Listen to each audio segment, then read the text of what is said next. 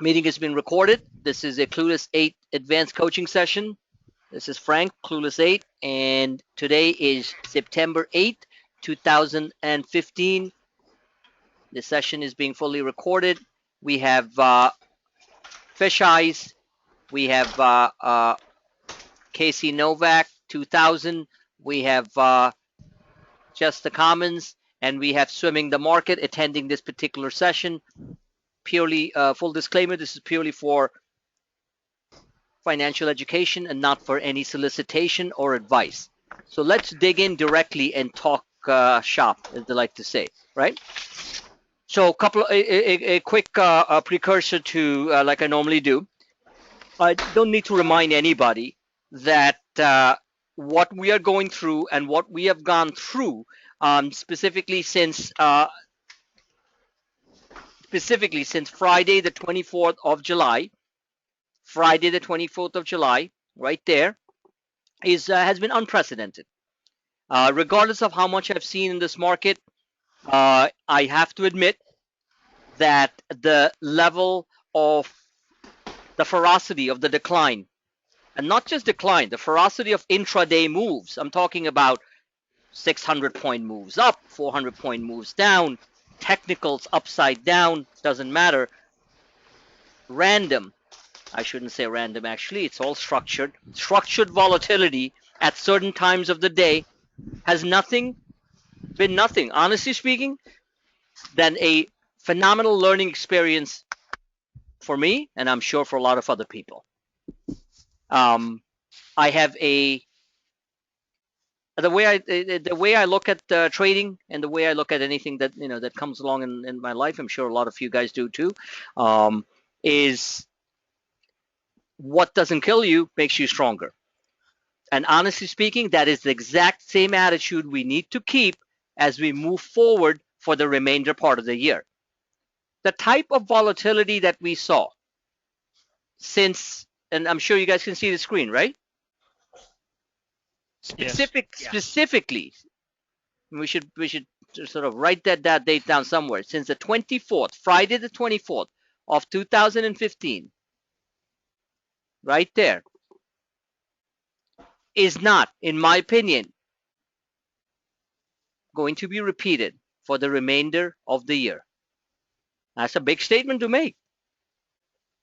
You know, we are small fries in the world of big game trading, where the hedge funds are basically eating each other alive, and in many cases, not even making money, just trading for the sake of trading. I still have some contacts with people who are in the business. I have actually quite a few contacts. I choose not to be too involved with those guys. Um, and I'll tell you, they are being algo boarded. My favorite term. Okay, um, they're being algo boarded as much as we have been time to time. The problem is that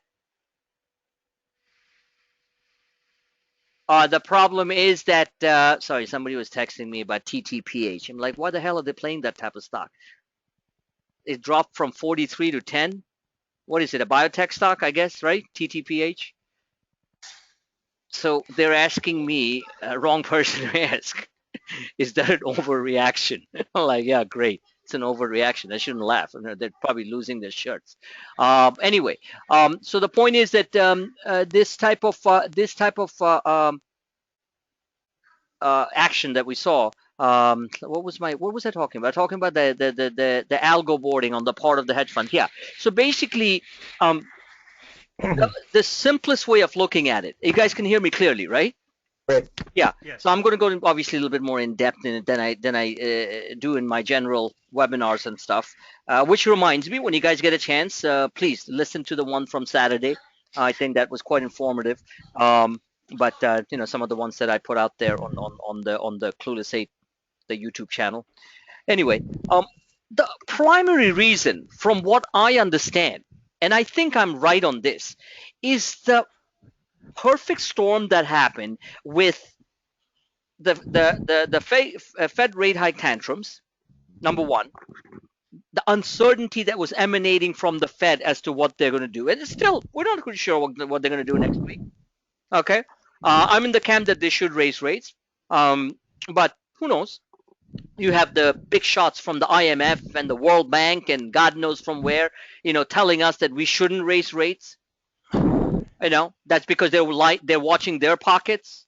Well, how about watching our pockets for a change? Honestly speaking. I mean, so anyway, so then you had that. Then you had the whole overvaluation issue in the market. Standard stuff that's thrown around. Sure, there's overvaluation in the market in a certain degree, but that doesn't itself translate into a 20% correction or a 10% correction in the market. It doesn't work like that at this rate, at this speed. Okay, just what we saw. Second reason was that. Third reason was a big reason, was this China craziness. The Chinese market, what they were doing, and the emerging market craziness. And this is something I want you guys to understand, which is critical to our trading. What the EMs are doing, what emerging markets are, what's happening there, is extremely critical for the US markets for a simple reason. There's no economic reason. It's a pure function of derivatives. Okay? If you remember, a couple of months ago, I was, as my usual self, mocking the fact that headline that went through, crossed the wires, and I put it out there, and they were talking about in CNBC, that a huge number of American fund managers, this was about 3, 4, 5 months ago, I remember, were taking out money from US equities and dumping them into emerging markets. There's nothing wrong with emerging markets, but the key word is they're emerging. So they got tired of the US markets. For whatever reason, you're asking the wrong guy here, okay? But they went out there to gamble in the emerging markets, Thailand, Malaysia, and these are developed countries, mind you. Okay, not talking about small fry like, no offense meant to anyone, Burundi or Congo or something like that. I'm just saying, like, these are powerful economies. Vietnam, you name it. They're in there. China is also an emerging market. When it comes to the stock market, they're very much an emerging market. So anyway, so they put it in there. Now what happens? China all of a sudden gets this, not all of a sudden, they knew all along, but they couldn't keep on sort of massaging it anymore, starts blurting out the most horrific numbers known to man regarding their economy. And then they proceed with a massive overnight devaluation.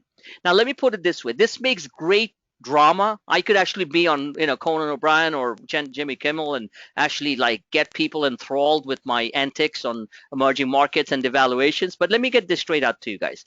When you have billions and billions and billions of dollars that are repatriated from US mutual funds into those emerging markets, and then the biggest of the biggest emerging market, which is China, devalues their currency, simple economics.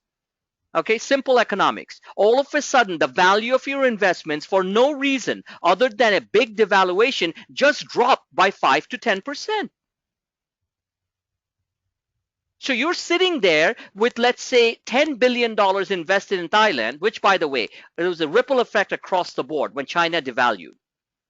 Every single one of those countries had to devalue, if you remember, right? They cannot just, it's a double negative. They cannot just stand there and say we are not going to devalue our currency. You guys they won't be competitive anymore, right? Thank you. You're a business guy. You fully understand that. All of you guys are, and especially Scott. I know. You run your own business. You understand that from the export side. So they have to competitively devalue. Standard procedure. Otherwise, you're just blown out of the water. Now, is it simply a simple thing as just devaluing your currency?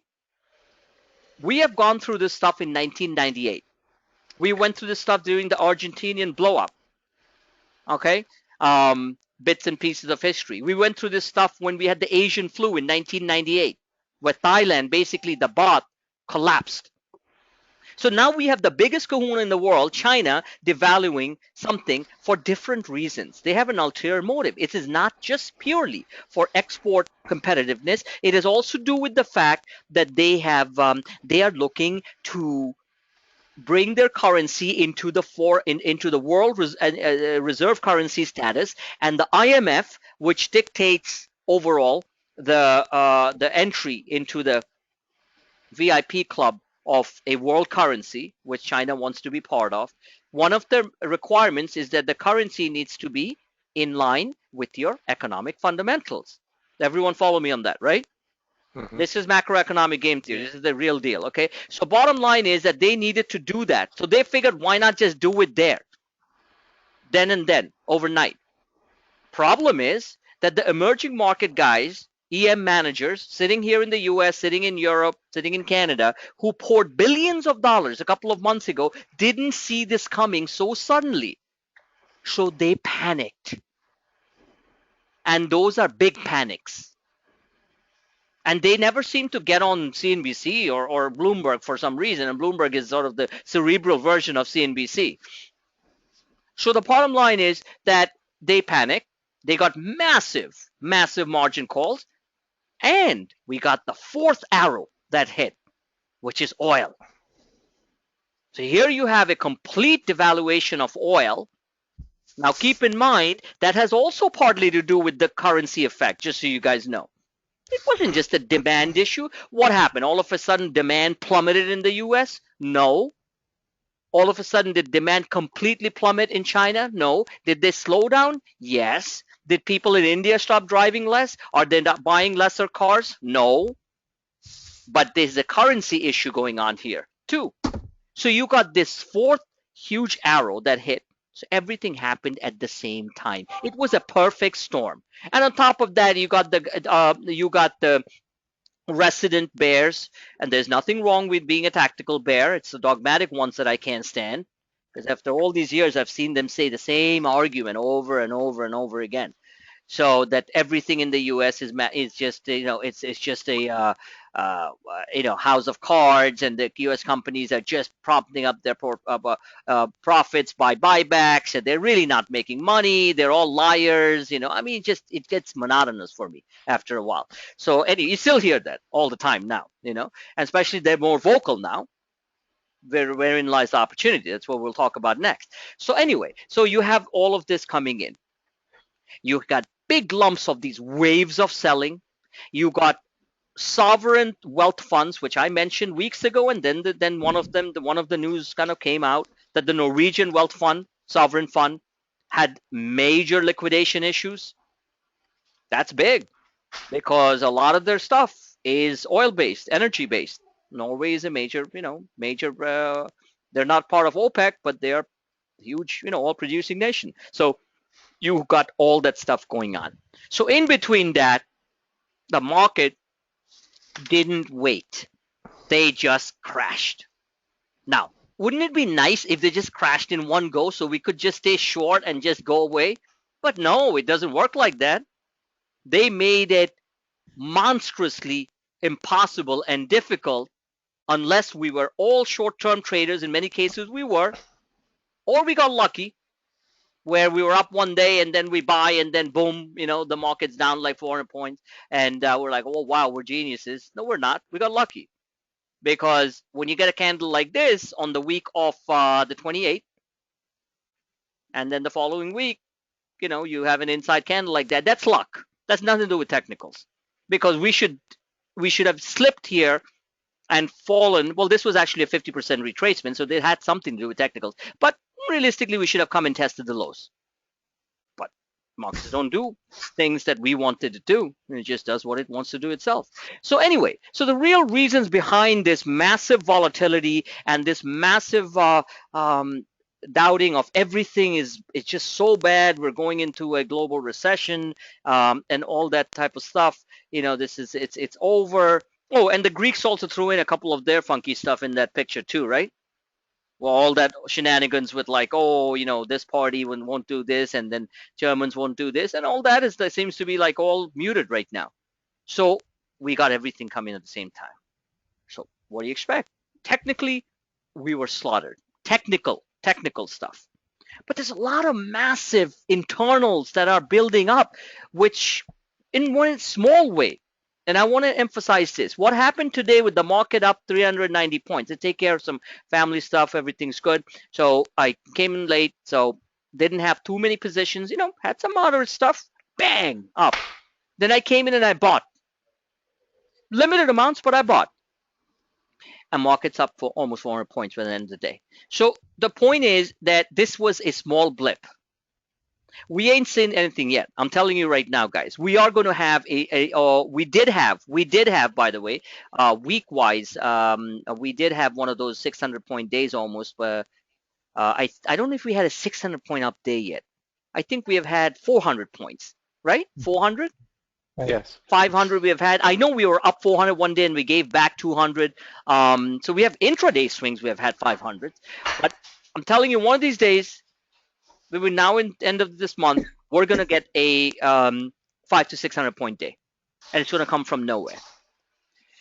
So today was also one of those days. So really, let's see technically what's going on. So those are the sort of the background aspects of it. Now, the other thing that's going on is the G20 meeting was over the weekend. And there were no real, this was actually the most civilized G20 meeting, the few communiques that I read, that I have seen in a while. Normally, they're fighting each other like cats and dogs and eating their caviars. So this time, they're sitting in Ankara. I believe it was Ankara in Turkey, where they had the G20 meeting. Well, it's an interesting place to have it.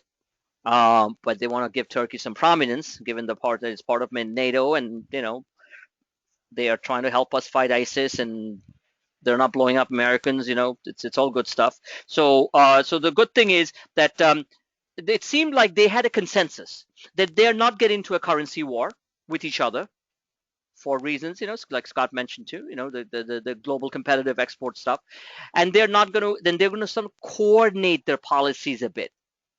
In the meantime, the China market is everybody by now knows that it's an emperor without any clothes, right? They know very well it's a very, very juvenile market. In fact, what's his name? John Busey. I haven't seen him in a while. He was on CNBC. He's a Wall Street Journal reporter. I should read him back then. Like he said, there should be a big sign hanging in front of the Shanghai Stock Exchange saying, he was saying, he said something really funny. He said juvenile hour or something like that.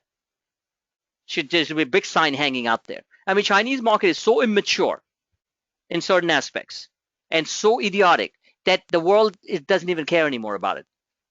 And in effect, it really doesn't have a big, huge impact on their own economy either. Psychological impact, yes, but not a actual material impact. So China seems to be a little bit like, okay, we've seen it.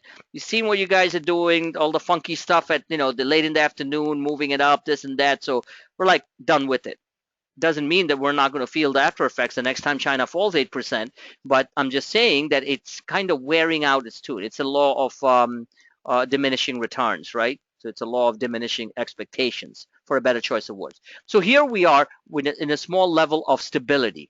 So at this point, I'm going to dive into what I noticed over the last week or so, which from a swing perspective looks extremely powerful. I saw chart setups that I haven't seen in a while, really, really powerful ones. And do I expect them to just crumble and go away? Well, my emotional part of the brain says, oh boy, man, after everything that we've gone through, yeah, we're probably going to just crumble and go away. The what do you call it? The rational aspect part of my brain says, no, this is something real, that we are going to have a pretty severe bounce, and then we are going to look at technical levels along the way. So what are you seeing as setup? You said, yeah, I'll show you. I'll show you right now. Yeah. So and look at all these things, in a very simple manner. This is a weekly chart of the Dow Jones Industrial Average. I'm going to start off with the wider picture. Weekly chart of the Dow Jones Industrial Average, as you guys can clearly see. And this is 2009. This is where we are. When I see this, and I'm zooming in right now, right? Let me get the drawing tools. Okay. Number one, hammer bottoms. This was huge. This hammer bottom, which brought the market directly back above the long-term 6-year trend line, uptrend line, is not something that can be just sneezed away. And again, I'm looking at things on a short to medium term basis. Cannot be sneezed away. When we look at these patterns here, these are nothing but inside days, all of them. We haven't had a bullish engulfing outside day. Today could have been the case if we close, let's say, above 16,600. We didn't get there, but this is also on a weekly basis a positive pattern. No question about it. Now, this other thing that I'm looking at here. So first and foremost, bringing it down to the lowest common denominator. Forget the technical internals for a second here. This is your uptrend line. This is your uptrend line. You have entered, you have recaptured. And I don't want to go into nuances right now. I'm just looking at just a straight out picture. You have recaptured the uptrend line. Is that clear to everyone? Can everyone see that? Yes. Yeah. Yes. You have recaptured some hallowed ground here. This is trench warfare. So technically speaking, that's a weekly positive. That's a weekly positive. We managed to do that. On top of that, when we got these, this hammer reversal from 15,000, wow, I didn't even know we went that low. 15,003, whatever, 400, up to 16,710. Where's my trusty little $5 calculator? Hold on. So what are we looking at as a bounce here? Maybe somebody can do it faster than me. You got 16,682 and you got 15,374, right? 16,682 minus 15,000. What is it? 36. I'm sorry. Actually, I can just do this and look on the left-hand side. The low was 15,370. Everyone with me on that? Yep. Yes. Why doesn't this math work out? What's the high? The high is 16,000. I'm rounding off these numbers. 16,670 minus 15,370. So if that's the case, that's 1,300 points, right? Yes. Yes, 1,300 points. Okay, don't need a calculator for that. Okay, so we had a 1,300 point reversal within 1 week.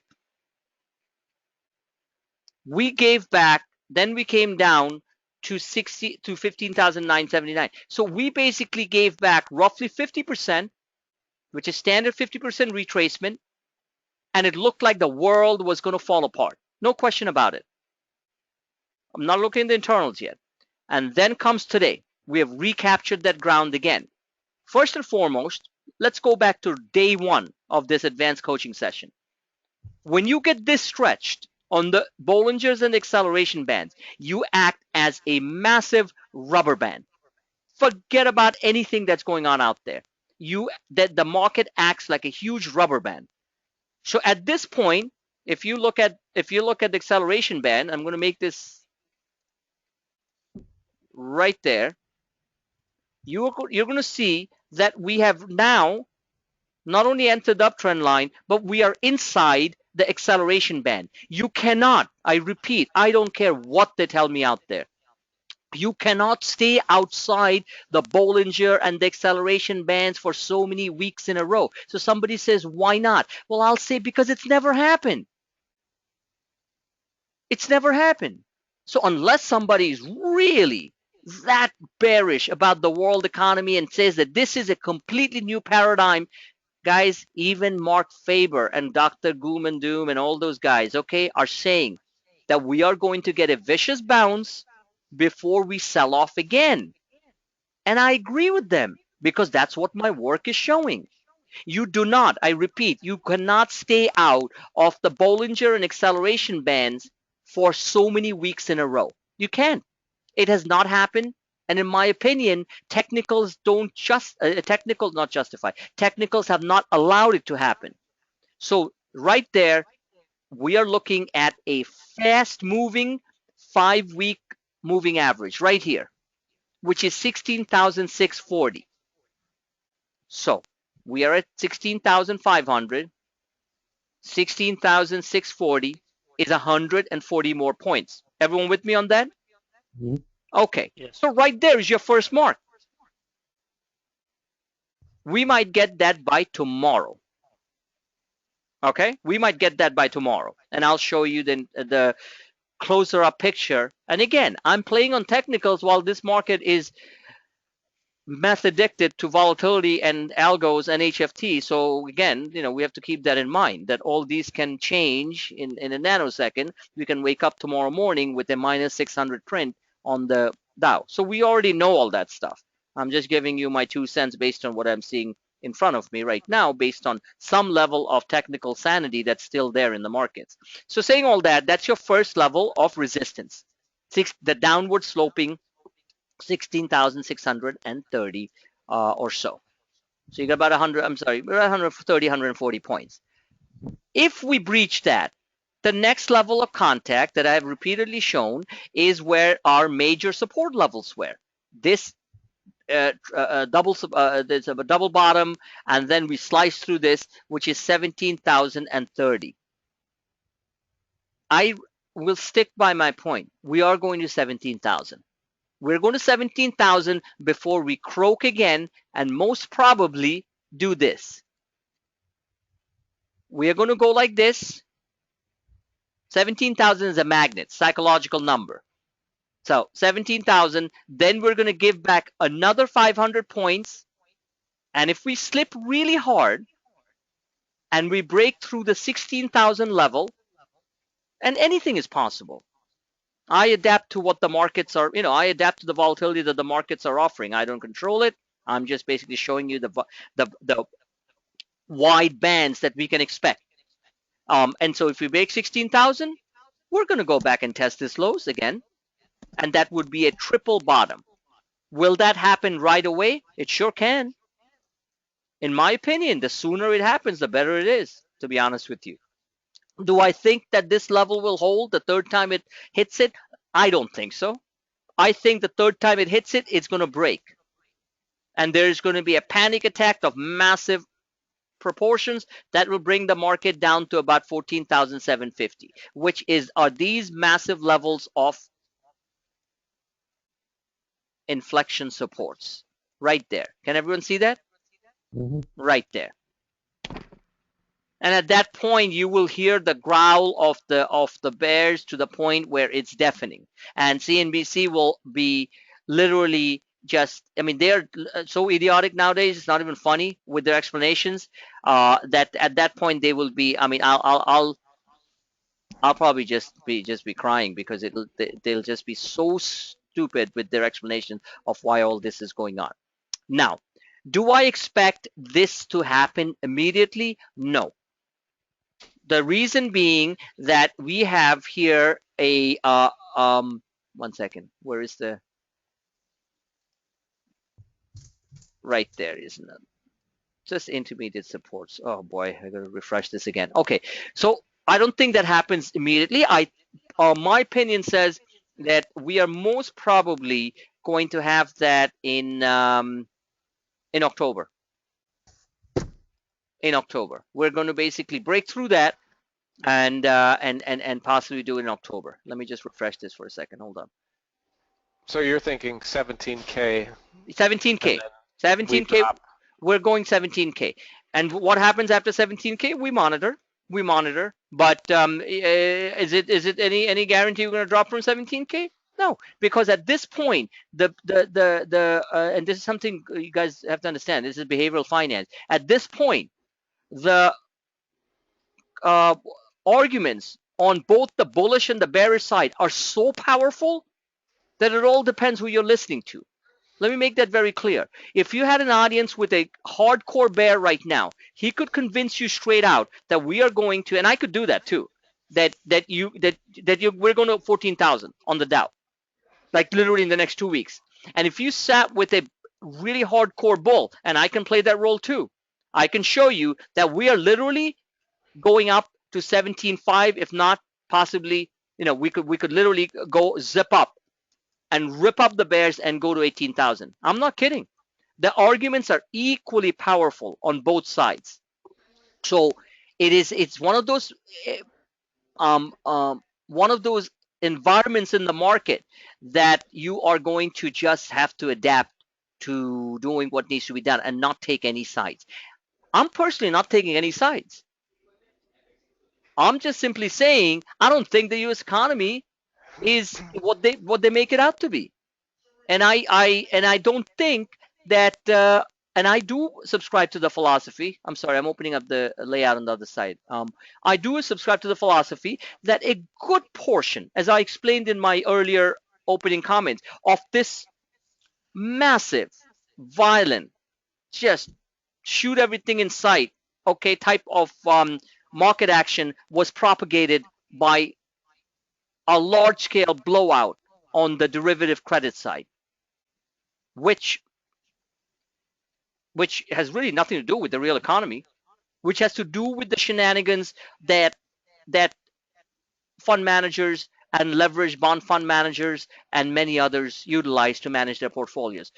In my opinion, I would say a good 70% of this sell-off was because they mismanaged and didn't know what the heck to do with their portfolios, and that's exactly why things happened the way they happened. No one has to subscribe to that theory, but I believe that. Because I cannot believe how randomly they were just shooting everything in sight. That's not normal. That's not even normal. There's two types of craziness in this world. One is normal craziness, and one is just meth addicted. I'll bite your ear off and I'll eat your foot. That type of crazy stuff that they had a couple of instances of these guys on what's that drug they called it?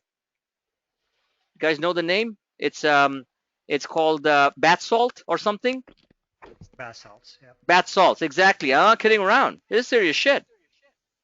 You take this stuff. It's some sort of synthetic meth, right? Yeah. You take this crap. You want to just basically eat some. In Florida, I hate saying this, but you have to say this because that's what this algos were exactly like.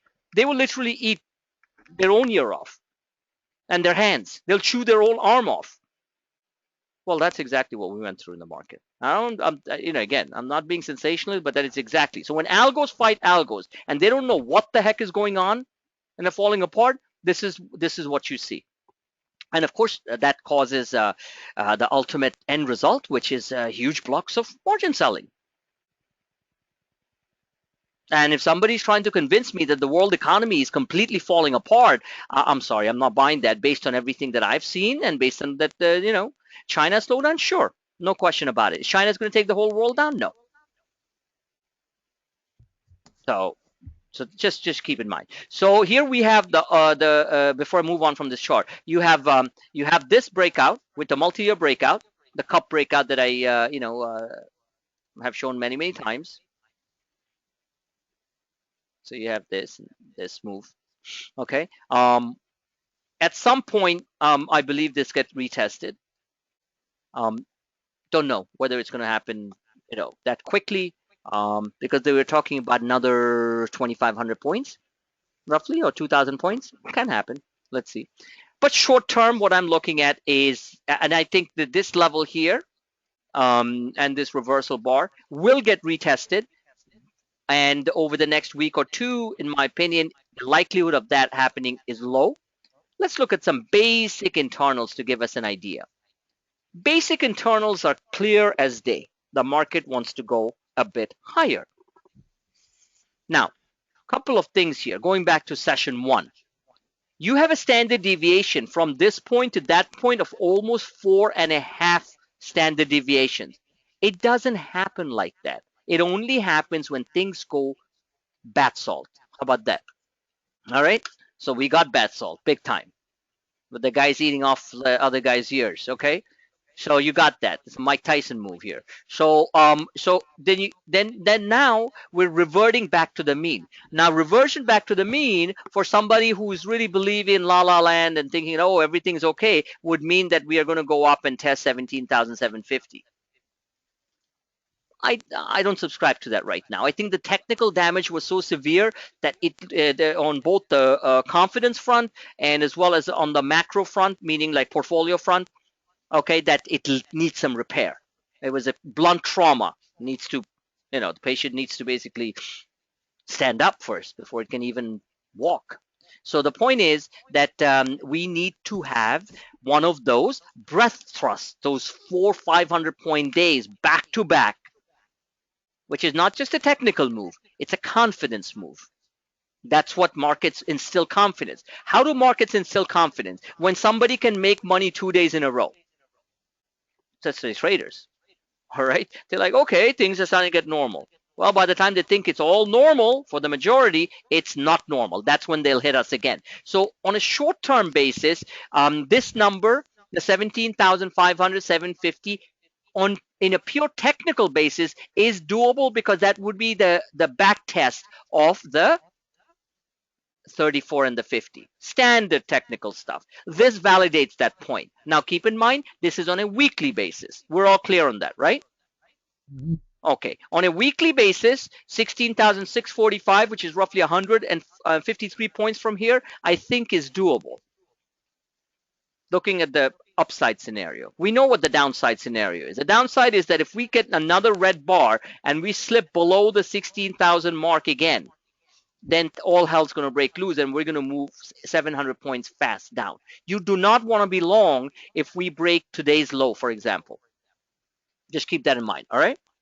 Bollinger's and everything withstanding. Do not want to be long. Doesn't matter if this is positively diverging, which brings me to a very important point that I talked about on one of my first sessions with you guys. Positive divergences take time to develop. I've learned that over the years. We all get impatient. The positive divergence that was developing last Friday, which I showed very clearly in many charts, if you guys recall, played out in full motion action today. However, there was no guarantee that that was going to happen today. Short-term positive divergences happen over a matter of 24 to 72 hours. Long-term positive divergence like this can play out for days and days. This is clearly telling you that the market has positively diverged. Because as we were doing this move here,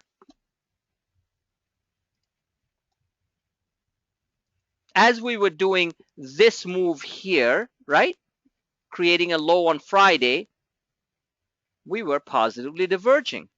See that? So if somebody was buying the lows and simply being completely robotic on the technicals, then they're golden. Because they're saying, hey, smart money is covering their shorts. Maybe they're buying. Prices are printing a low, as you can see, Friday, right? Everyone's clear on that? They're printing a low on Friday. Very ugly. Yet, the internals are moving up. Now, does it not mean that today we could have gone lower? Meaning like this couldn't have turned down this way? Sure, it can. But being a weekly chart, 1 day's action cannot change a weekly chart. Are we clear on that? Mm-hmm. Yeah, this is something very important. It took me years to understand that, okay? 1 day's action or a 48-hour action in the market cannot change the weekly internals. In other words, if we want to look at it in a very neutral manner, like on a robotic manner, then we have to respect weekly turns on the internals. Let's take a look at the vortex. And this is one thing I found interesting. And I hope this doesn't block. Going back to 2009, what I found was this level here. This was obviously an extreme level. But generally speaking, this level here, where we are approaching or almost there, okay, on a weekly basis, are some of the most largest inflection points in the market, in any type of market. Now, keep in mind that this number is going higher, right? That's negative. Everyone clear on that? The vortex indicator, the red line going higher is basically, you know, that's negative. It's a negative divergence. However, notice what's going on this.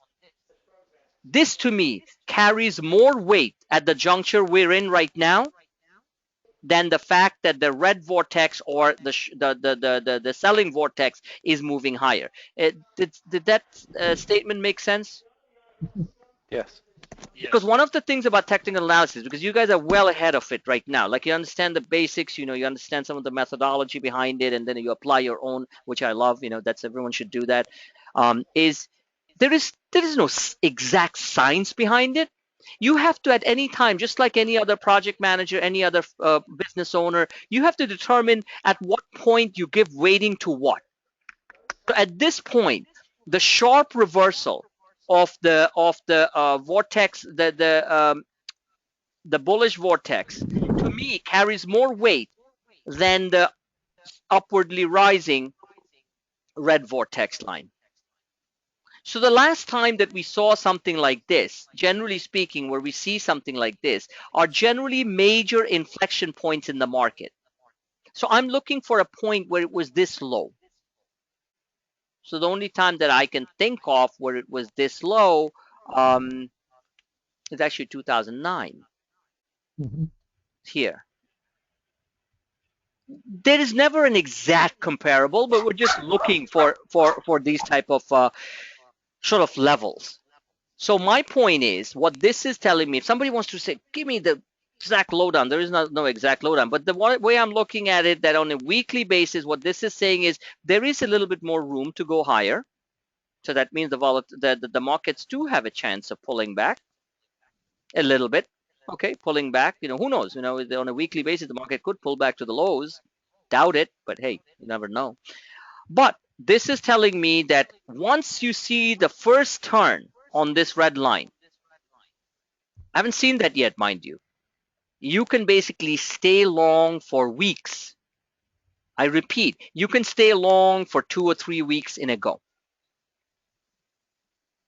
That is your weekly indicator. So what you might want to do, what I do sometimes is I create a and I did that earlier on with this this particular thing. I created a another small account, threw in a bunch there, and just stayed long. You can test it out on your own. You could always have one instrument in your portfolio that you can basically say, I want to see where it can go based on these weekly divergences. Put a small amount of money in there, buy a long dated call, let's say 2 months out, 3 months out. Try not looking at it. And if you can do it in a separate account, all the better. So just letting you know. And you will learn things that you will never learn before. And you'll wonder like, whoa, man, why should I just put the whole bunch in there, not self-manage this account for the next 2-3 weeks or month or two, and just wait for this to basically have that crossover, the infamous crossover, which is basically the acceleration point. Whenever this type of crossover happens, that's when you get the big burst. Boom. All right. So you wait for that crossover, and you basically say, "Hey, man, this is where I start to peel out some of that money." So you can do that. You can do it as a test. So anyway, so the weeklies are very clear that it has turned. It does not mean that it can turn down, but I'm just showing you like what I see. So short term, going back on the weekly, we are looking at engaging 16,636, engaging the lows here at 17,000. Now let's go back on the daily here. The daily is nothing but what we learned on day one, which are some of the hardest patterns to trade, which are the volatility, market structure lows, and all that stuff. The dailies are much more clear as to what the market might want to do. Here we have a situation which, if you remember, bear with me, I'm pulling it up on the other side. Actually, I can pull it up here. Why do I have to be the other side?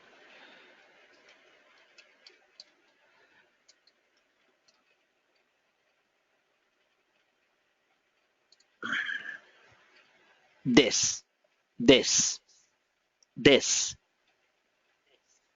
dragon bullish I saw on 6 different charts today.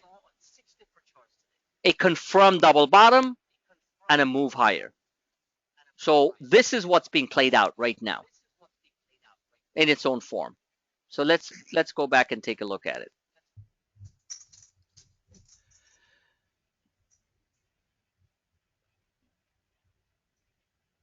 This was just so you know something, which is a little bit of a anomaly, is the October lows on the Dow were here. We actually went below the October lows, guys. All right. When we plummeted that day, we actually came back to January 2014 lows, February 2014 lows. All right. So we went beyond October lows in the case of the Dow Jones Industrial Average, mind you. Dow Jones Industrial Average. So bottom line is that at this point, if you just want to be specific, we are not that we're not like, so this being what I just showed you, this is the way I draw this. Lots of volatility. I believe we resolve at the fast moving downwardly accelerating 34-day moving average. So that's still between 16,008 to 17,000. Is it possible? Just showing you all scenarios. Is it possible that this market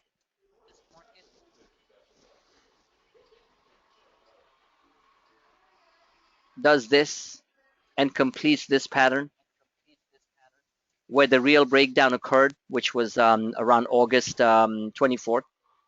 Yes, it's very possible. Patterns do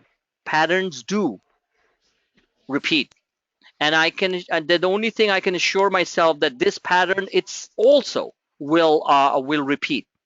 Now, saying all that, we are in the midst of a volatility cluster between 16,600 and 16,000. We have roughly a 600 point volatility cluster. I want to be very clear about this. All right. I want to be very clear about this. We are in the midst of a 600 point volatility cluster. In order for this market to validate and this pattern to to replicate itself, which I will tell you will happen. The market must puncture through 16,600 or 16,700 with massive force. Now, remember what I said. The short-term number showed 16,630. Remember the previous weekly chart I showed you?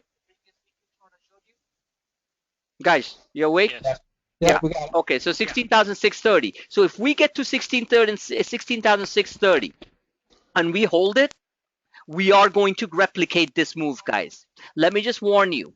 Buying into this type of move will be the hardest thing you'll ever do in your life. And it will happen.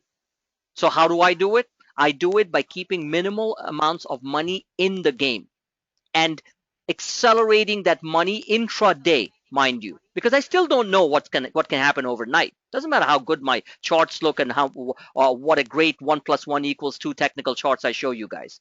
I still don't know what I'm waking up to. So point is that this move here, when it happens, it's not going to be straight. These bars are not straight bars. There's lots of zigzags in between. So let's face the realities of trading.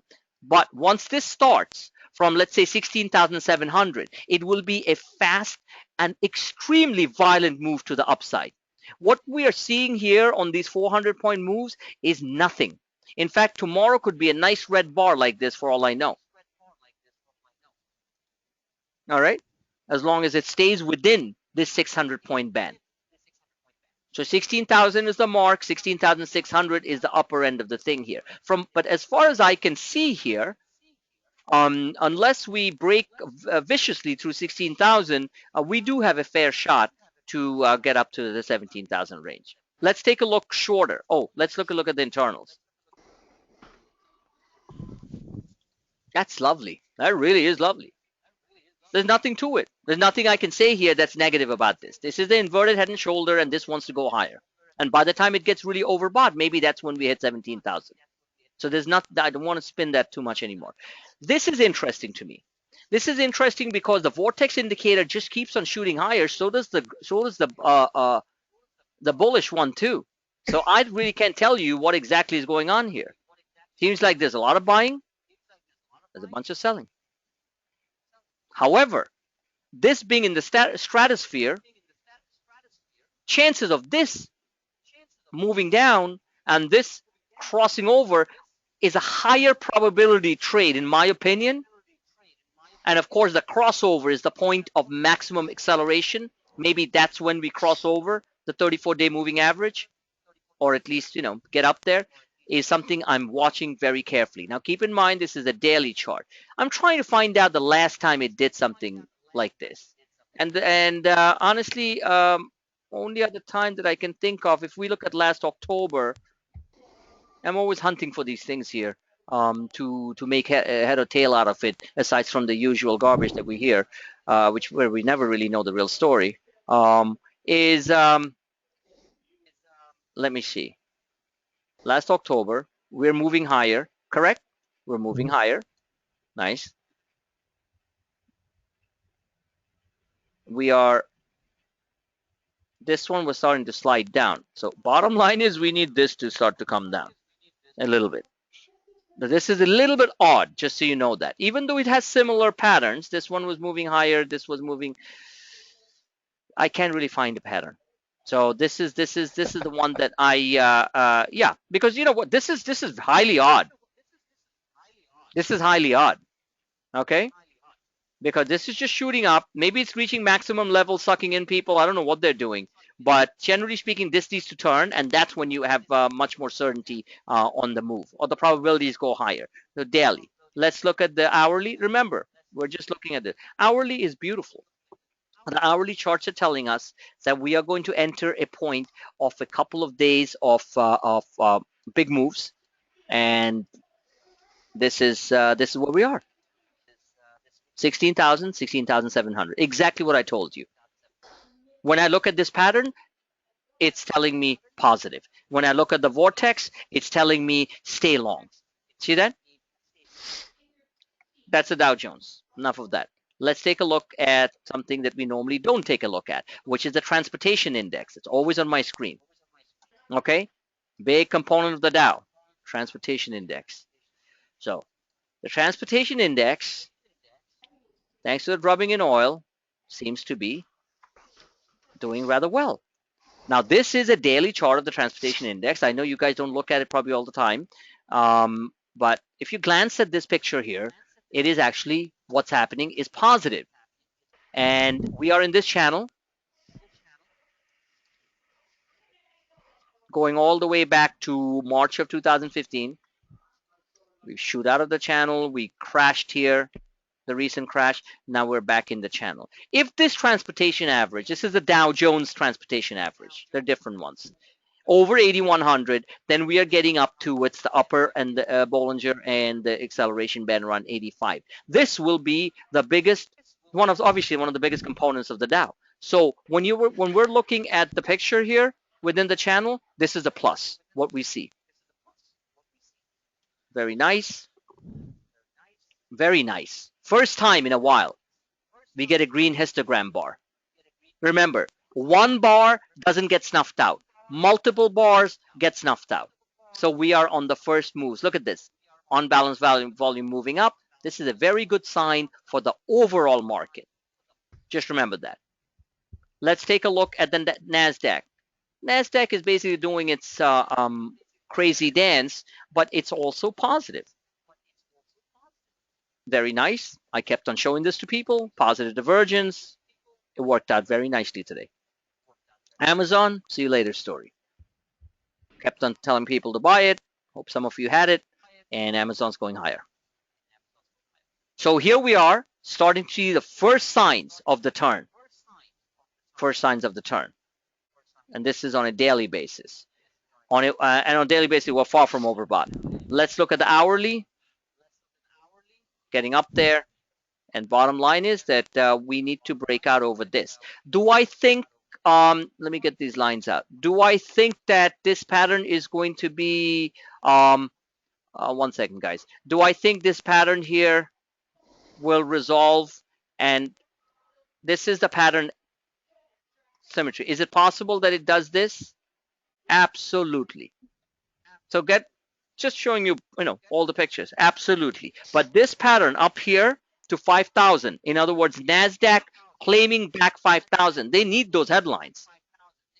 In my opinion, very possible. I think Apple alone can get that done. Apple alone can get that done. So 5,000 NASDAQ will get retested again. So that, Russell 2000. I love this chart. I love this chart. I want to frame it on a piece of metal. I hear copper is really cheap out there, guys, right? Just kidding. But seriously, I want to frame this chart. Still like $5 a pound. Send me a couple of pounds. I'm telling you, I still remember a couple of years ago when copper was hitting stratospheric levels. They were stealing copper right, left, and center from elevators and everything in New York City. I heard somebody in my community that some contractor was stripping out copper. They had very expensive copper in some elevators and stuff, taking it. I'm like, what is going on? People were stripping cars for copper fittings. We had people Yeah. coming in the middle of the day, Yes. loading it into pickup trucks from our yard and back, right in front of our security cameras. Middle of the day, they didn't care. They would just come take. Just take it, right? In New Yeah. York, they're as brazen as that. They were doing that, and apparently they were just shipping it all to China. I'm serious. They were. They were like saying, I said, what's going on here? And they said these guys basically they take it to this dump center somewhere in Brooklyn or whatever in Staten Island, and then it gets shipped out in the container ships. I'm like, great. This is wild. But so there you go, how the world turns, right? So this chart is really positive, guys. I don't need to explain this. This is nice. It's in the channel, and if we can, and again, tactical stuff, not thinking that, oh my God, it's all of a sudden going to change the whole trend. Tactically speaking, we have 1194. We got 30 more points on the RUTs and the IWMs.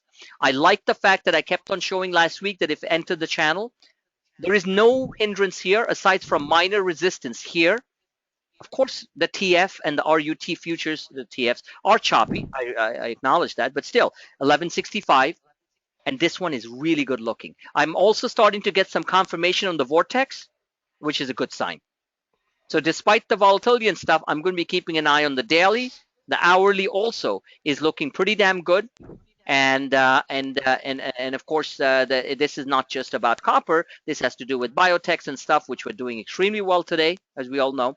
And so, yes, overbought, little resets, but giving you the overall picture. So I think this Bollinger Band should not be this color. Okay, so this one is okay for me too. One or the other. What I'm getting at is whether it be a week. I don't think it's going to be more than 2 weeks or so by the end of September. This pattern is going to get completed on all the charts. So let's be ready for that. So 1200 can very easily get tested literally in 48 hours. SPY, our good old SPY. All right. So this one is the same old story. Notice one thing here. Some of the best traders in the world, simply the old-fashioned ones, looked at capitulation volume or exhaustion volume on the upside. Well, if I used to know a guy, older guy, used to just that's it, didn't matter. So here we have capitulation volume October. We have massive capitulation volume. Throw in a couple of Danish salmon in there, some Chinese blowouts, burnt Peking duck, whatever terms that I make up, and guess what? You got that. You got that. So the bottom line is when you get this type of capitulation volume over a period of 1 year, you have to respect it. So that's what I'm getting at. So we can slice and dice it as much as we want, but at least for now, this is what I'm looking at. Downward sloping, negative, okay? Downward sloping, 50 and the 34 engages around 204. So guys, get ready somewhere between here and here, 200, 2000 to 204. We are going there. And everything else is validating that underneath the surface. Doesn't mean we're not going to get twists and turns, but we need to see this turn, which will validate the point. But this is a-okay. This is a-okay. Remember, our first couple of sessions, we kept on talking about this level here all the time. Well, we got it. We got the flush out. So at this point, we are, we're almost there. And so to me, reversion to the mean is exactly what the market is playing right now. Where's the 1 second? Okay, so here we have our good old Bollingers.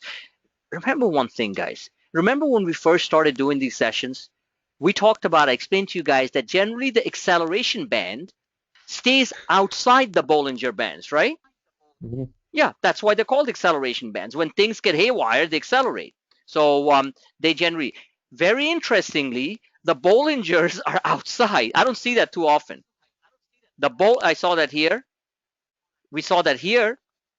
The acceleration bands, the crazy cousin of the Bollingers, seems to be the more sober one. See how they're within the Bollingers? So that's a good sign. That's a good sign, guys. All right, because we had the same situation last October. Look at that. Bollingers went haywire. And keep in mind one thing. Somebody asked me this other day. Hey Frank, the Bollingers are still kind of haven't turned here, and the market seemed to be finding a floor. I said, well, the same thing happened here. The Bollingers kept on going down, but look what the market did. Because by the time the Bollingers actually turned, the markets were already almost 1,500 points higher. How funny is that? Mm. So if somebody was waiting for a Bollinger turn, they missed it. So don't ask me. It's just one of those things here. So nothing replicates ditto, but what I'm saying is you're starting to see some of the similarities here. So that's your SPYs. S&P 500, very nice. This is the 4 hour that I showed a couple of times, and it's doing nothing wrong. It is doing nothing wrong so far. And we have a couple extra lines here. We have the 34, we have the 50, we have the Bollinger, we have the 200, the 100-day, and we have the white line, which is the 200-day, which we left a while ago. See that? So let me look at the daily. Dailies also. Now remember one thing, guys. I'm going to show you the 533 while we're at it, okay? Once we go green here, it's going to be bang, bang, bang. Meaning we are going to get a couple of these histogram candles in succession. Now let me relate this to behavioral finance. Nobody believes this rally can last. True. Literally no one believes this is for real. The 99% of the media verbiage today was as negative as it was when we were down 1,500 points, guys. Other than a few guys coming in and putting in the thing that they were buying and this and that. Okay? So psychologically speaking, nobody's prepared. Nobody's prepared for a move up, a really violent move up. Nobody's prepared for it. We are not. At least we know. And the rest of the crowd, forget it. They're certainly not.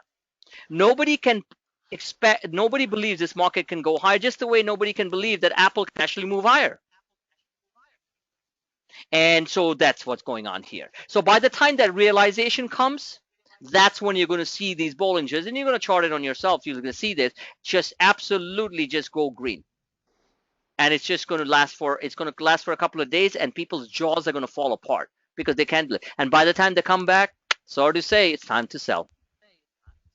So it is going to be the same story over and over again. The cliche that I keep on using. It's the same old story. So we're watching technical levels, 1994. We're watching 2020. And I'm sorry, I would rather be watching this. Hold on. So we are exactly here right now, this low, right?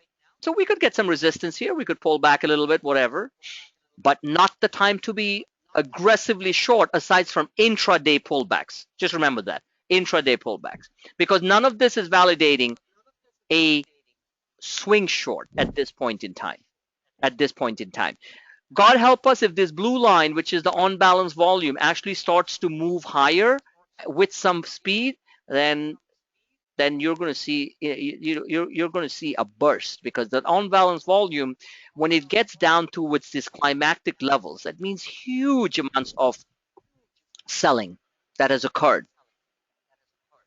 Generally tends to gravitate above the mean, and that mean is, one second, the blue line is this mean is roughly around 20 million if somebody's looking at it from a numerical standpoint. Okay, see that 20 million? So basically we are right now at 15.3 million net volume. That's buying minus selling on the daily. So once it crosses over the median, or which is around 20, you get a massive burst, which gets us overbought rather quickly. The highest I've seen, as you can clearly see here, is 25 million net. That means buying minus selling volume is 25 million towards the positive side. It's also a measure of breadth if you want to look at it that way. So here we have you know, situation occurring for with the histogram. So at this rate, the histograms should not, generally speaking, just so you guys know, have a failure here. In other words, the histograms shouldn't just, if it does this, just warning you guys, short the crap out of the market and just, you know, just sell everything. Because if the histograms completely collapse at this point, that means there is something so insidious that doesn't matter what we try to justify, it will not work. Just remember that. However, barring that type of scenario, we are looking at the histogram starting to go positive a little bit. And even if it goes up a little bit, that's fine. We saw the first green sprout. We haven't seen it yet. Actually, we haven't seen it. We're almost there. All right, so we're clear on that on the S&P 500. Qs, okay. Let's take a look at the proxies, short-term stuff, hourly.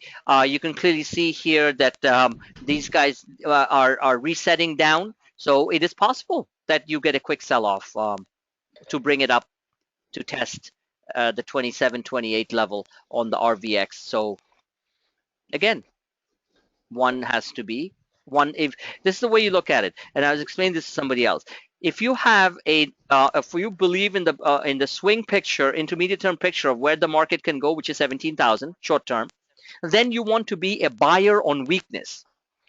If you believe that we are going to see 16,000 before 17,000, then you obviously want to be a seller of rallies. So that's something a cognitive bias that you have to figure out on your own, to be honest with you, because trying to flip-flop too much back and forth on shorting and going long, especially on these shorter volatile time frames, we all know sometimes can get not just tedious, but is a money loser. Am I right in saying that? Because it's happened to me.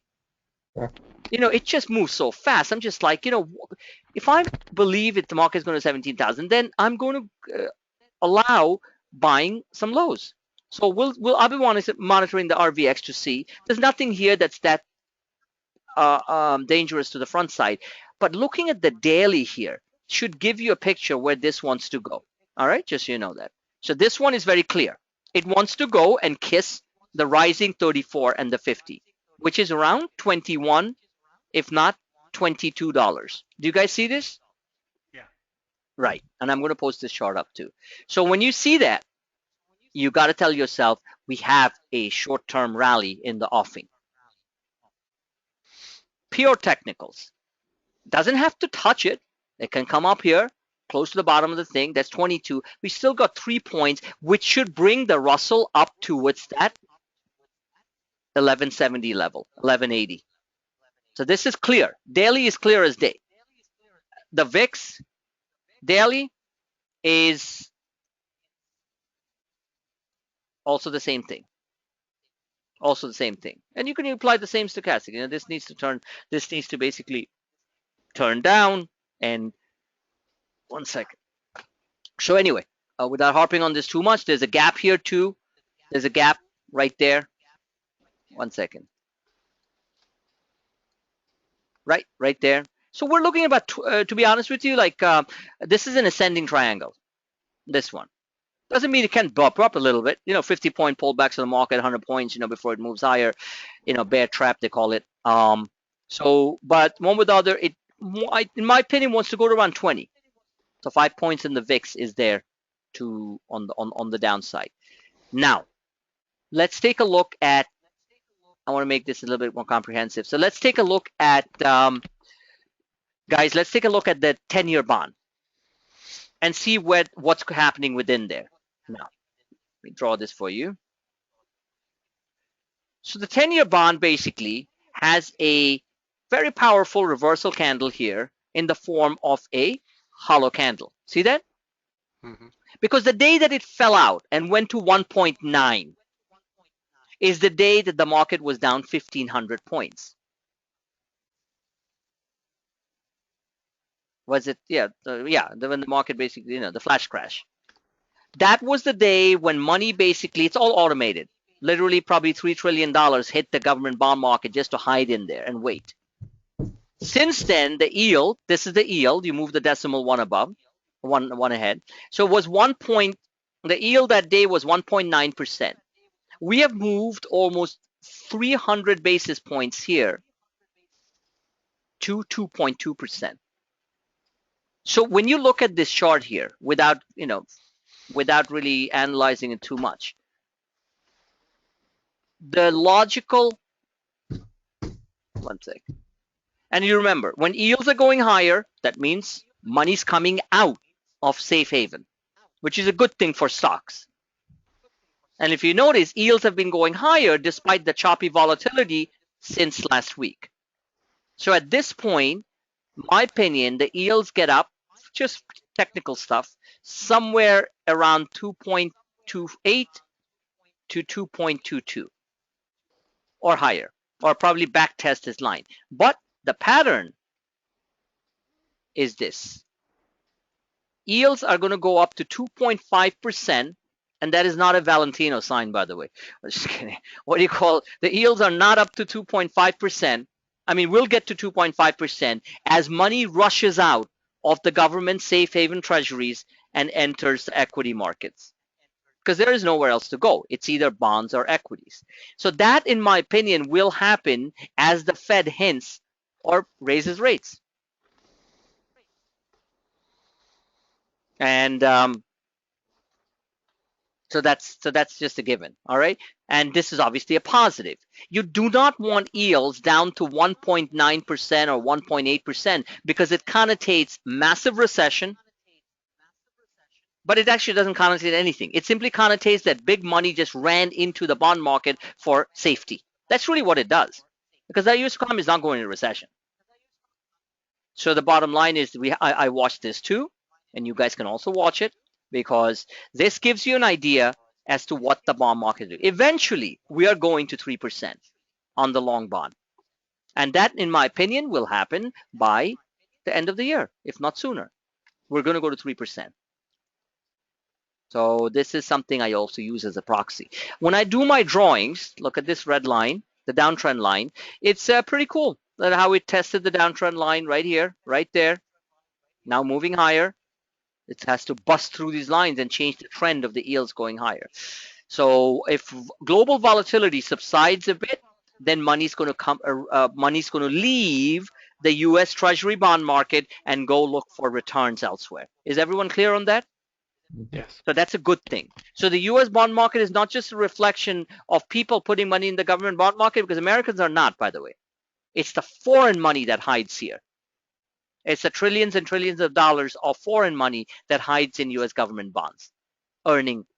They're not going there for the earning; they're going there for the safety. So that's so if that money starts to sort of ease out a little bit, that's good. That means that the global markets are offering them a place to park their money too, and not just Uncle Sam. So that's a plus. Now, let's take a look at Apple. This is obviously the weekly chart on Apple, right? The weekly chart on Apple,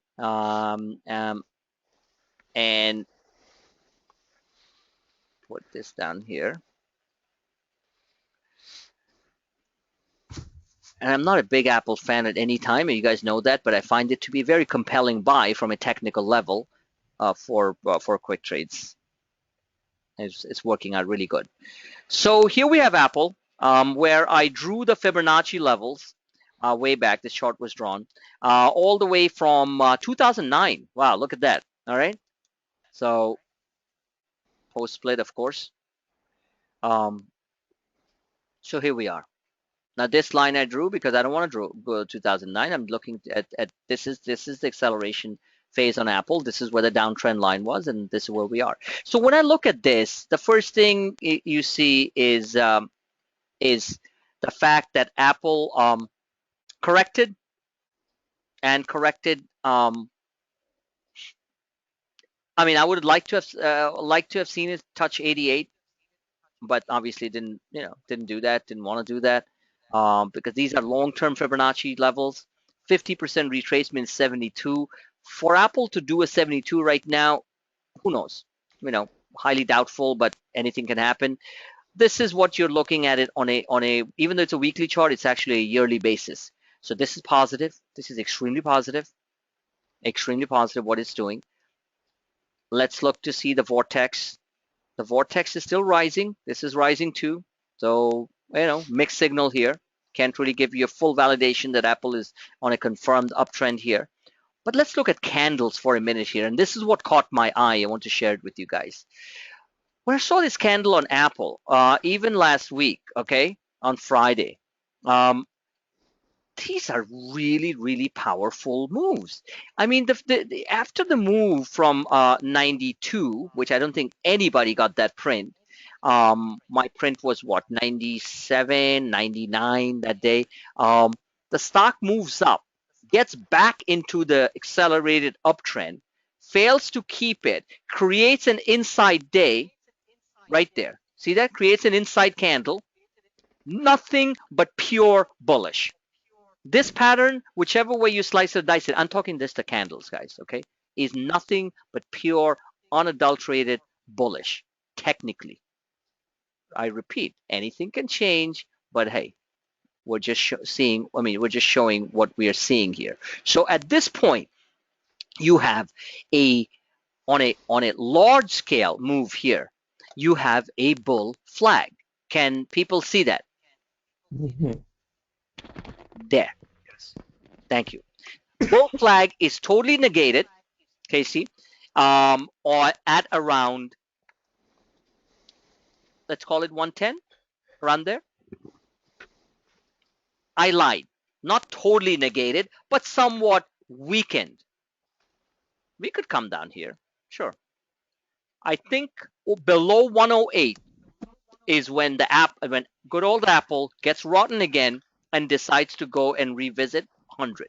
So I'll be watching this. I'm not going to be here all the way to 108, that's for sure.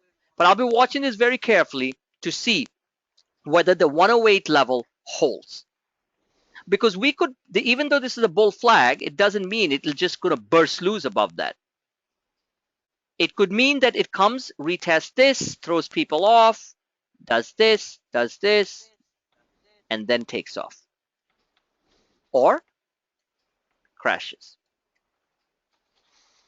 So this level is very important. 114, 108. 6 points again.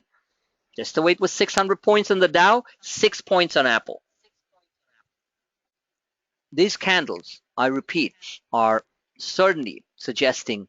Now, this is a weekly chart, guys, mind you. So let's not look at this too lightly. It's a weekly chart, it's telling you. So on a weekly, back test of the 50-week moving average is 119 or 118, whatever, 119. And there's nothing here between here and there. Has it entered the acceleration channel again? I mean, has it done that yet? Nope. It does that above 115, roughly. Needs 115. Of course, calls will be up to 100% by the time it gets there. Now, let's take a look at the daily. This, again, just from a technical standpoint, is just beautiful. Really is. So unless the rules of technical engagement are completely rewritten by the algos and the HFT, this stock is at least destined to get towards these levels here. If it completely fails the 34, this fast moving downward sloping, I repeat, 34-day moving average, and just does this, then obviously it's going to come down here again after making a pit stop at 108. So we'll be watching that too.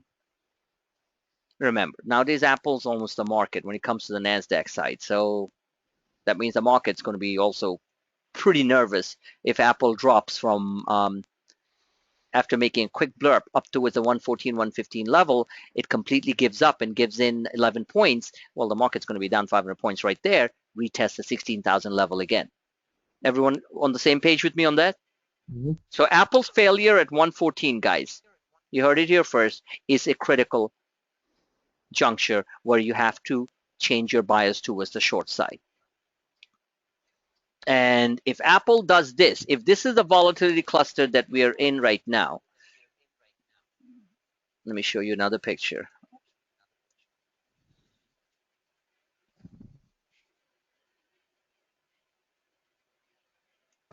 This could happen too.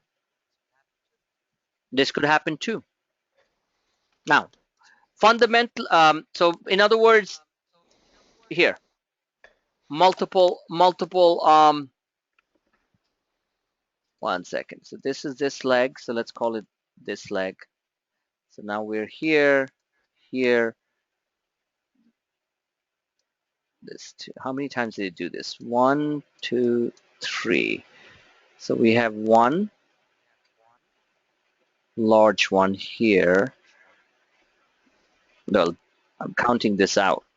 So 1, 2. So yeah, it's very possible that Apple pulls back about 3 points before it takes off. It's going to be very quick. It's going to be very quick if it follows exactly this. Is it possible that Apple takes off like that? I don't know. I mean, really, I really don't know. It's tough because you got some massive supply overhead here, and so in order to break through that, it has to be something tremendous. Now, the reasons behind Apple's thing, to be honest with you, this whole business productivity alliance with IBM, I think is going to be a huge success for them. It's my opinion.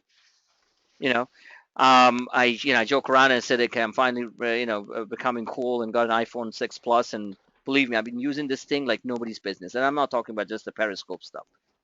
I'm finding things in here and working through things, and to me, it's just like, wow, what was I doing all this time? It doesn't mean I'm not using my BlackBerry; it's always there. So, bottom line is that I think they're at that point here where they have an inflection point into the true nature of the business productivity world. So I think Apple is in good shape to capitalize that. So looking at it, one last quick look. So I would basically give the max move I would give the stock, guys, is 118 to 120, 8 points from here. Lots of money to be made. But let's not be a hero about that because there's a lot of congestion. Now, if we break through like this, it's a different story. But what this is telling us, if I'm sure some of you noticed it, it's going to do this. So if that's the case, after it gets here, that means it's going to come down here. See that? So if that's the pattern that it's going to follow, I don't know that, but I'm just giving you guys an idea. That 103 is a critical number on that. One second. Now, let's take a look at Netflix. You asked me about Netflix. I can't figure out Netflix's chart right now. I'm pissed off that I didn't stay short. I'm serious because I charted this thing here. So it's just like one of those things, it does have a lot of increase in competition from all fronts, and I think that's starting to weigh on them. Apple openly said they want to get into original content thing. I know Netflix is very much an early pioneer in that stuff, but when Apple's when the 800-pound gorilla in the room tells you that they might come into not just video streaming but actual content, it doesn't look good. So I think Netflix is suffering from that partly. The other quick conspiratorial sort of notion is that money's being freed out of Netflix, which I heard somewhere else, and getting ready to enter Apple in force. You get it? Because from a standpoint of valuation, obviously Netflix is far more overvalued than Apple. Apple is almost like a value stock. So here we have a classic head and shoulder, right? Head, left shoulder, right shoulder. We break this neckline, then you're looking at the stock literally breaking apart. There's a big gap here. So 70, just so you know, like $76 to $80. Can it happen? Yes, it can. So that's the reason why I can't, just push myself to look at a oversold condition on the 4-hour or the hourly. However, I do have the right to change my mind in 3 seconds. So we'll see what happens. But just generally speaking, this chart pattern here on even the hourly is weird. You guys agree with me that this is not like something necessarily, other than scalping maybe $1 here or so. It's not really giving me any indication. Yes, it's oversold. Yes, the vortex is telling me nothing here. And it's just the overall chart pattern, the shape is kind of telling me the stock wants to go to 88 before it makes a move. In other words, it wants to test this. I would be a pretty powerful, quick buyer at here. Okay, Scott? Okay. Yeah, this is what I'm looking at. This is what I'm looking at, a major inflection point at around the 88 level. And for it to get to 88 and bounce probably takes 3 minutes. You know that. It's just, it's just going to do it fast. And that would create a massive, let me show you. Hello, there you go. When Apple comes out with one headline saying, no, we don't want to get into content production. We're just basically looking to work with companies like Netflix. Bang. Seriously, that's exactly how it happens. Bang, stock's up 12 bucks. And Tim Cook, because they have a very good working relationship, Apple and Netflix. They don't go head to head with each other. Netflix is well incorporated in Apple products and all kinds of stuff. So is it possible that that something like that can happen? Yes. So Netflix is far from done. So that's one. So questions. Let's look at Priceline a little bit. Priceline is leaving me in the dust on this round. I don't know. I mean, I called it.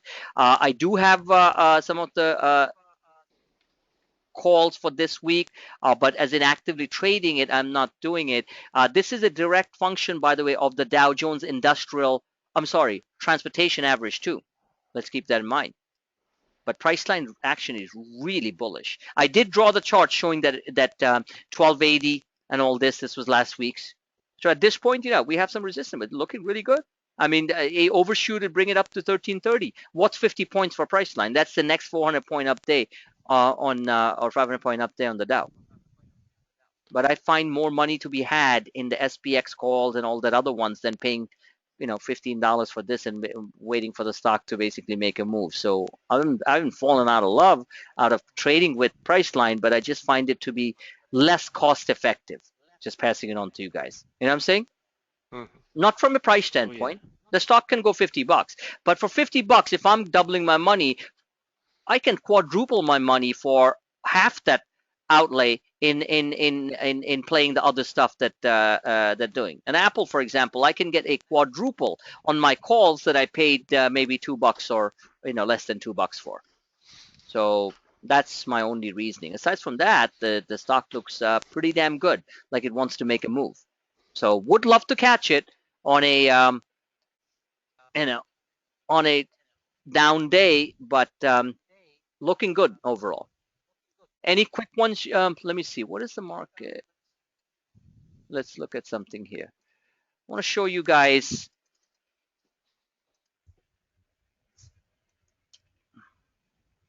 E-minis. Ready?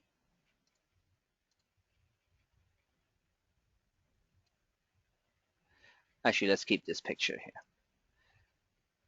Let's get the lines out.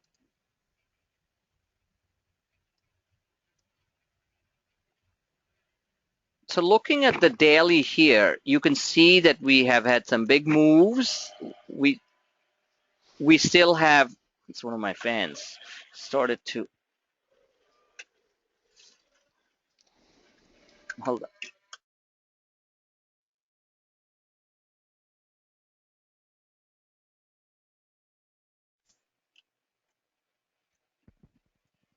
Guys, can you hear me? Yes. Yeah, sorry. I guess when I was fixing one of my fans here, so, okay, everyone's good. So let's get all these lines out. This is the E-minis. And so at this point, the max move I'm seeing is 1993. So you're looking at roughly about another 16.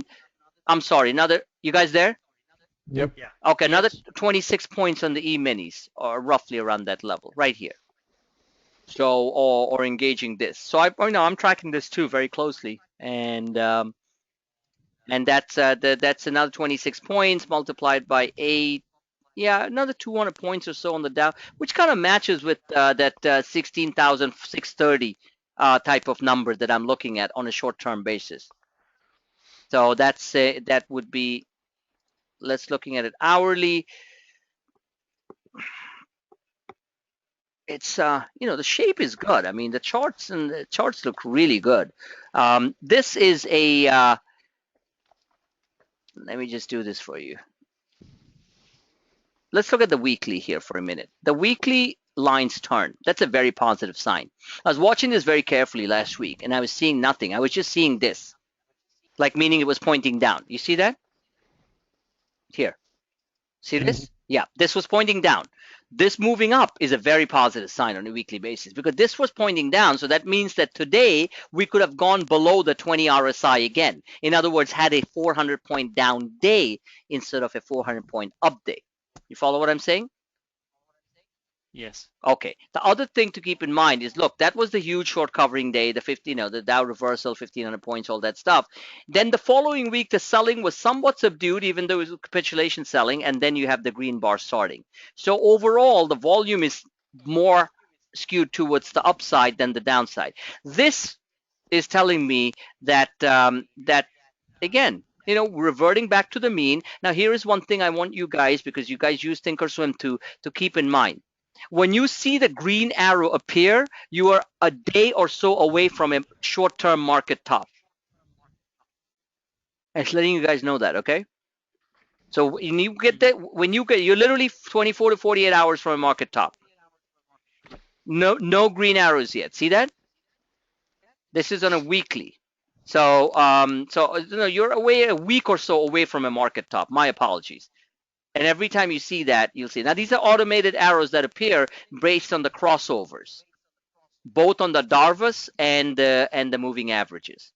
Now, anyone else notice something about the moving averages that I just did?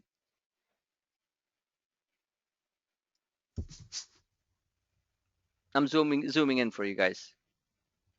This is from 2014. They're all coming together. That's not the answer. Actually, there is no answer. It's an observation. We just crashed and burned, and it felt like the whole world was going up in a fiery ball, right? They're very flat, and they're near the top of the Darvas bar. Thank you. I would expect, and I know that it's too early to tell, but where is the real crash of the moving averages? Yeah, they're flat. They're still moving higher. They are still moving higher. Yes, they're not pointing higher, but they never pointed higher through this whole thing. You're starting to see it curve, but it's not a curve like this. It's not a curve where it's breaking apart. You know what I'm saying? So this is something to keep in mind. This is what tells you we're not going into a bear market. You don't need to be a Goldman Sachs analyst, technical analyst, to figure that out. If we continue our downward ascent, then these lines are going to cross. And once these lines cross, guys, that means we are in a confirmed multi-month bear market. But nowadays, with the speed of the machines, that can turn around in 5 minutes. So what I'm getting at is, after this huge violence to the downside last October, it's telling you that the moving averages are still moving sideways. Yes, it's starting to top. I can see that a little bit.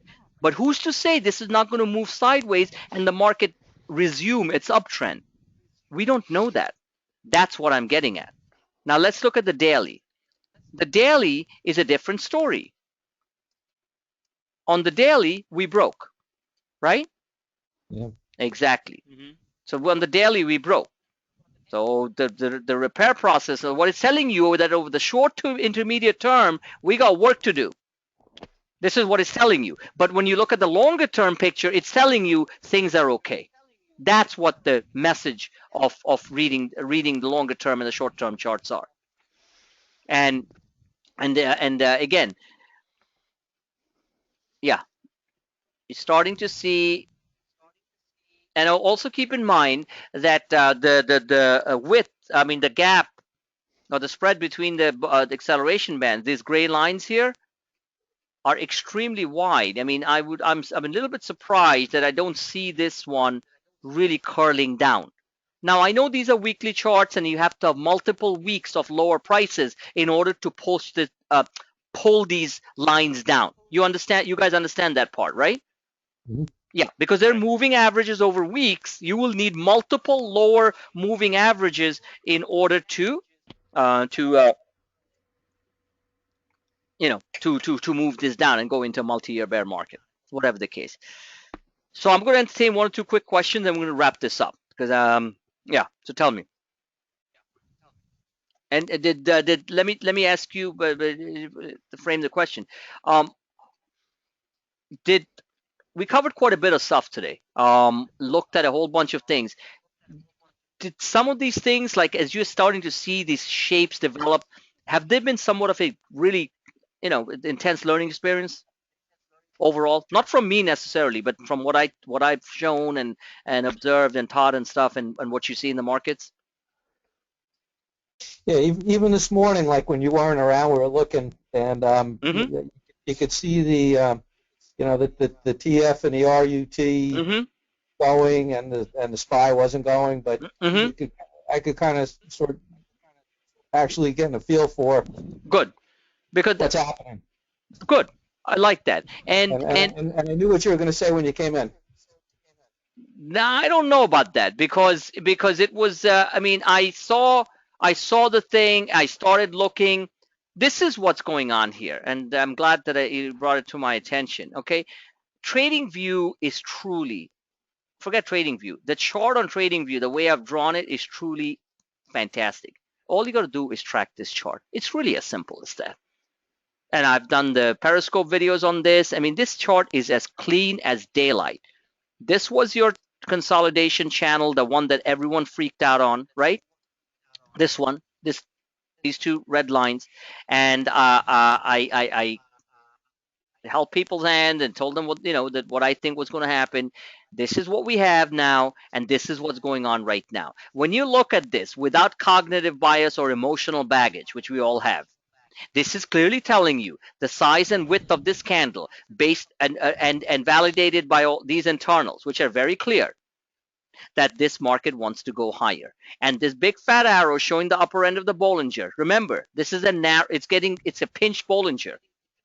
It's a pinch Bollinger on the 4-hour chart. This is a 4-hour chart telling you this market wants to go higher. You don't need to know anything more. Now, it doesn't mean that we're not going to get another red candle that brings us down here. But as long as we're in the middle of this box, guys, as long as we're in the middle of this box, you are A-okay. And the market will go higher. Period. Done. That's it. It does not mean that we can slip and come down to the bottom end of this box. But as long as we hold this box and don't completely crash below this downtrend line, this market wants to go higher. So please use TradingView. Big time. Use my charts that I put on there. And this is the cleanest chart that I can show you guys ever for the environment that we're going in right now. Look at the daily, look at the hourly, and if you guys are not tracking this chart, then you're doing something very wrong. I'm letting you know right now. You gotta track this chart. This has been one of my best charts that I'm trading off, and it's paying the bills. Yes, I'm not trading that heavy, but that's okay. Why do I need to trade that heavy when things are, things bought on Friday, and things even bought today in the middle of the day, going sky high? So again, remember one thing, last thing, very important, I'll tell you, when markets gain momentum, they don't give, excuse my French, shit about overbought conditions. When market gets oversold like it did here, they don't care how many days they remain oversold. So bottom line is that at this juncture, and this is as clear as daylight to me, at least, let me do this. Daily, daily, daily. Okay. Yeah, there you go. So the bottom line is that this line here, this was the breakout line. You guys remember that, right? The big breakout here last November. The one I have shown like almost like 9 times now. So right there. So it is very possible that the market wants to go test that breakout here. Now keep in mind, we also have this line here, which was the support level, and that is exactly, I believe, where we are right now. But this is what the market wants to go to. It wants to see whether or not it can poke its nose in this trading band that we were stuck in for quite a few months, right? From February onwards. So that's it. Do you have a copy of the 533? Yes, thanks for reminding me. Hold on. Okay. I've been interested in that all night. Yes, yes, yes. So I'm going to do the 533, and we're going to work on it. So you take the 533, and what I do is this. I go back a little bit. I go back 4 months, depending on how far I want to go back. Price levels. I use the Bollingers just to give me a few more markers. I use the pivot points. I use the simple moving average, which is a 50-day, and then I hit update. Now it's giving me a better story. So here is the way I'm reading it for now. And this is what's keeping me in the game, because I'm watching this intraday too. This is telling me it wants to go green. If this histograms collapse here, like I showed you in one of the other charts, and they start to go red like that, that means hell's going to break loose. Okay, we're going to go way down. However, looking at this picture here, we have the 50. This is the 50 pivot. Okay, I'm sorry, where's the pivot line? Right there, where it says 1975.01. See that? Mm-hmm. So once we break out over the pivot, what is a pivot? You pivot off that number. So the next level of resistance comes into play at around this resistance here. The R1 is 2100, but there is a line here. I would say that if once we break out over that, the 50-day moving average is around 2050. Okay, so 2050 would be the natural magnet over the pivot, which is 1975. This is telling me that it wants to go green. Now, I want to show you. Before I forget, this is also telling me right here, we are on our way to get overbought. There are different levels of overbought conditions: massive overbought conditions, minor overbought conditions that last 24 hours. My opinion is this is going to be one of those 24 to 48 hour overbought conditions, because the market's still very nervous and technically damaged. Are we clear on that? So that's my reading on this here.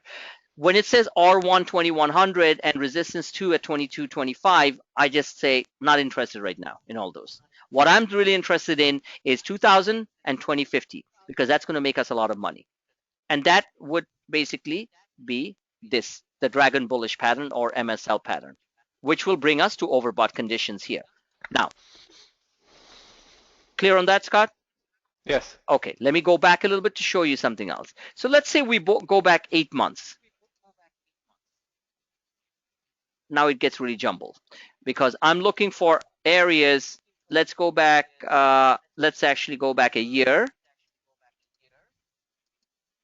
Make this size large. And it's still very jumbled, because I like to get a cleaner picture. This looks like an EKG, so it doesn't do anything for anyone. Hold on. I will stick to 6 months here. Okay, good. All right, 6 months is giving me a better picture. So what it's basically telling me is the stochastics have turned. My apologies. I'm trying to make it easier for your eyes, so I'm going to make it 2 months, so that we can see what actually develops. So what we're developing here is we have a stochastic crossover. See that? We have a bullish candle. We have the probability of this going green, pretty damn good. So short term, we're looking at 2050 on the swing 533 directional bias. Remember, this doesn't really change that much. It changes very, it really gives you some good solid signals, even though it gave me a lot of false signals too when the market was going haywire last week. So it's not like, but it just doesn't move around like the craziest charts to follow are the futures charts, obviously, because every gambler in town is trading those, right? So the futures traders are the most idiotic and the biggest gamblers in the world. They have no idea why they're doing it. They're just doing it because they're trying to scalp a point out of it. And that's really what futures traders are. Everyone thinks futures traders are some very smart people trading. That's whole hogwash. They're just playing off technicals to make a quick buck for that day. All right, just so you guys remember that. So anyway, so this is good. This is good. This is good. Showing me maybe we get overbought very soon. who knows, 24, 48 hours by the end of the week before we hit the middle of the month again. Let's not forget. So so this is good. So the 533s net are on positive footing. Now, let me do this. Let me show you RUT.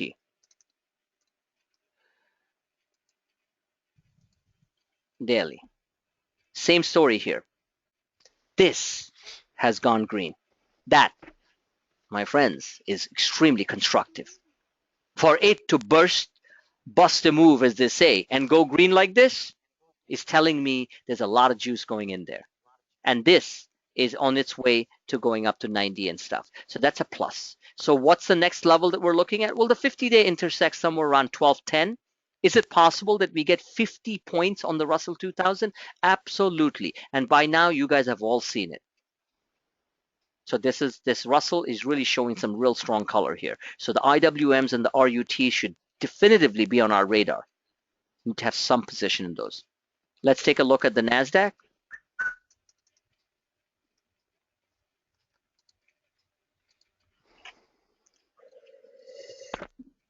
Not bad. Gone green. See that? Nice. Like that. If we get something like this, Scott, right? You there? Mm-hmm. I mean, Yeah. this is coming up deep oversold. You know, this is the fried Peking duck, burn Peking duck syndrome. So That would be all Apple. this would be all Apple dragging everything higher. Don't forget our favorite Amazon too, Priceline, So yes. So if this happens, guys, this is 1, 2, 3, 4, 5, 6 days.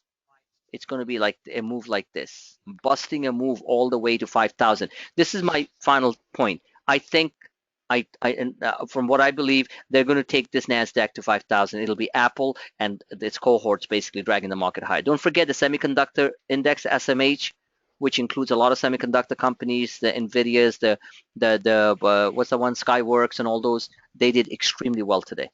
I mean, they did very well on Friday too. Okay, so the point is that that you are going to see move like that. If we get multiple days like this, let's try to capture as many of those days as possible. All right, if we get that. And in my opinion, it's very possible we do. Given where we're coming from, this was the tell that the market was going to basically go higher. So if you look at it, this is what we did. We crashed. Then we're doing this. Let me get a clean handle on this before I wrap up. So we did this, right? And now we're doing this. Nothing wrong with that. Nothing wrong with that. 5,000. That's where it's going. So this is good. It's taken a lead. RUT's taken a lead. The Russell 2000. This SPX hasn't taken a lead yet. It's coming up. And by that time that bursts up in the form of oil or whatever the case may be, then we do have a coordinated rally. So just so you know that. All right. So that's your 533 for as far as I can see. Negative point is that we're getting overbought real quick. So things will get a little bit dicey, because it's going to get overbought and then it wants to reset again. Good? Sounds good to me. All right, guys. So let me wrap up. And if you guys want, if things get really nutty this week, let's do another session sometime. Well, what's today? Today's Tuesday? Yeah, so we have Tuesday, Wednesday, Thursday. Yeah, so we can call another one. You guys four, stick together as a group, and basically I'll keep that option open. All right. Good. All right. Sounds good, guys. So listen, rest up. We'll see each other tomorrow, and good that we reviewed all this stuff, but we covered quite a bit, so let's keep that in mind. All right. That's good. Take care, sir. Thank you. Bye bye. Thank you. Bye.